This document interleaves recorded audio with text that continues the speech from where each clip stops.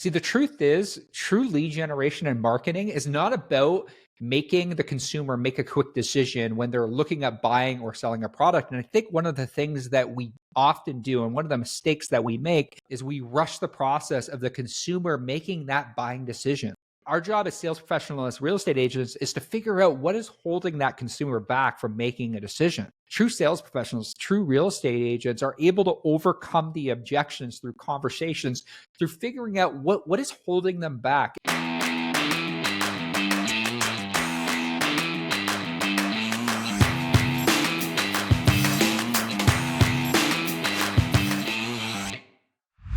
Apple has become the world's first $3 trillion market value company, and there's something that we can learn from them and their marketing. I've spent tens of millions of dollars across multiple advertising platforms over the last couple of years, and a few things have become abundantly clear to me. But one of the most valuable things I've learned recently around marketing was actually through a MacBook Air purchase that I've been delaying over the last couple of years. And I want to walk you through the consumer lessons that I learned through my own journey of buying this laptop and making the decision over a 2-year window. See, the truth is, true lead generation and marketing is not about making the consumer make a quick decision when they're looking at buying or selling a product. And I think one of the things that we often do, and one of the mistakes that we make, is we rush the process of the consumer making that buying decision. Like, it took me 2 years to buy a laptop, and I run a marketing agency. I rely on my MacBook and I rely on this for my livelihood. But the contemplation of actually making the buying decision was tough because I kept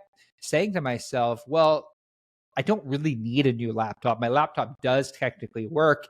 And I didn't. And while I was in pain, it was hard for me to make the buying decision. Like literally, I could not use my laptop without it being physically plugged in. So when I was with Vikram, I was with other friends at coffee shops, I had to find a place where I could plug in my laptop because I couldn't use it without it being plugged in. So see, I was in pain and I had a problem. I just didn't know how to part ways with the money, even though I had the money, in order to actually buy a new laptop. And this is simply a $2,500 purchase, not a big, massive purchase. See, the lesson I learned here is everyone buys at a different pace. And our job as sales professionals, as real estate agents, is to figure out what is holding that consumer back from making a decision.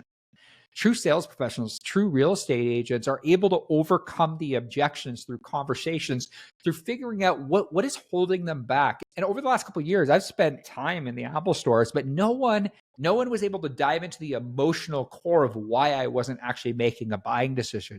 Had I had sat in front of somebody who had asked me the right questions, I probably would have bought 2 years ago. And this is something, I'm learning through our marketing process, through telling stories. If you follow at all my email newsletter, I'm telling more stories about even this Apple story. I'm telling more stories about how I just landed in Punta Cana. I'm telling stories in a way that presents the story, presents the lesson, and then presents the offer at the end. It's one of the best frameworks that you can use when you're trying to communicate with somebody via marketing. But when you actually get that conversation to speak with them, we need to stop talking about features and benefits. We need to get to the root cause of the emotion.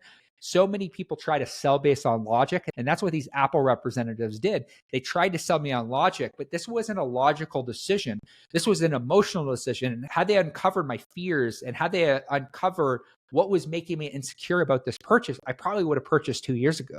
See, what encouraged my decision to eventually buy an Apple was the consistent and persistent communication with the brand. Everywhere you go online, you see Apple products, continuous messaging through storytelling, because consistent communication and storytelling is the heartbeat of effective lead generation and lead nurture that will eventually lead to conversion. See, building relationships take time. All effective relationships require us to storytell. And that's why I gift you to that framework of like, how do we tell a story?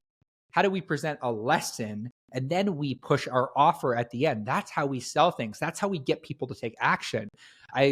Like the other day, I told a story about how I went to Disneyland and how we bought the Fast Pass. And had I had not bought the Fast Pass, we would have eventually had to come back. So that $100 saved me $1,800 in the future, because when you add up more tickets, you add up another Fast Pass, you add up the hotel, you add up the car rental, it would have been another $1,800 day. But because I bought the Fast Pass, we were able to do both parks in the same day. And I presented an offer at the end where it's like, hey, if you want to fast track your marketing and have that consistent communication, send me an email with the word Disney and I'll reach out with next steps. It's like our ability to consistently communicate with the prospect through storytelling is one beautiful way that allows us to have another conversation with the prospect at wherever point of their journey that they're at. But then our jobs as sales professionals and as real estate agent becomes to really uncover what is holding them back from making a buying decision. And our ability to get down to the root cause, the root emotion, is what is going to drive conversion or is going to keep somebody on the sidelines.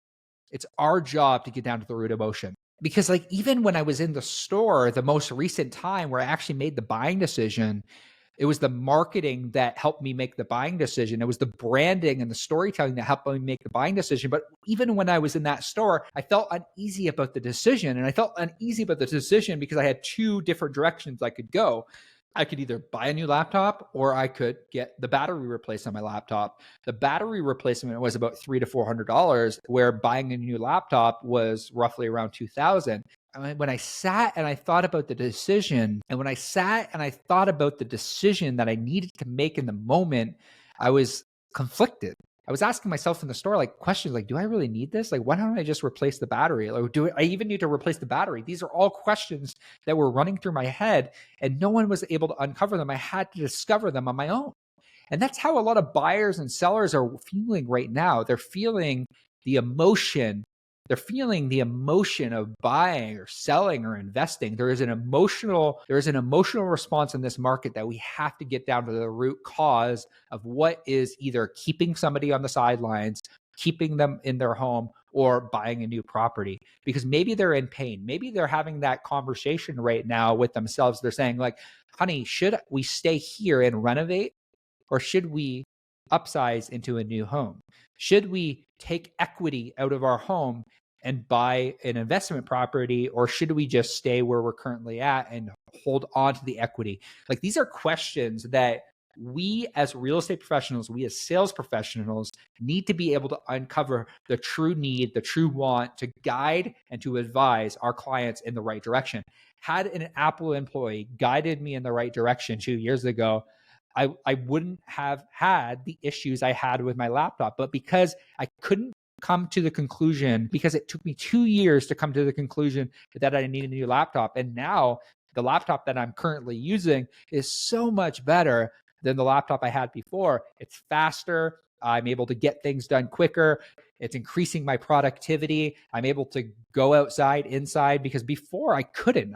I couldn't grab my laptop and go outside and work because I needed to consistently be plugged in to the outlet in order for the laptop to work. So it made even finding cafes to work at super, super difficult. This is why in our content, it's so important that we tackle objections before they even come up. And specifically when we're in conversation with buyers and sellers and investors, we need to know on a deep level, like what is keeping them up at night and what is keeping the buyer and seller from making the decision to move. If we could tackle these objections in our content and our conversation before they come up, we could push people to conversion faster. Our job to advise people towards conversion. Like true sales professionals advise people towards conversion. Conversion can happen, sure, but your ability to get the client when the client is ready, you're fighting an uphill battle, and the person with the most reviews, the person that has the most reviews or has the largest brand is going to win. The person with the best presentation is going to win the client, which really at the end of the day is only 3% of the marketplace that is going to be actively looking on Zillow, actively looking on Realtor.com. That is not where the money is made for a lot of single agents and a lot of agents that are on teams. The money is made in our ability to build relationships, to uncover the true needs and wants of the end consumer, to get them to making a buying decision so that we can educate them, we can market to them, we can brand them throughout the entire customer journey. That's how we create conversion. So like how practically do we do this? What I would encourage you to do as you're watching this video is to create a Google Doc. When you create that Google Doc, what you're going to do is you're going to write down all the objections you've ever had in the past, and you're going to write overcomes to those objections, and you're going If it's interest rates, if it's inventory, if it's interest rates, if it's inventory, whatever it is, whatever the objection that you're getting today, you're going to seed these through stories. My client had this problem. My client had this problem or this fear. We sat down and we went through X, Y, and Z. We sat down and we went through this method. This was the result. This is how they were feeling. And this is how we were able to get them the result they're looking for.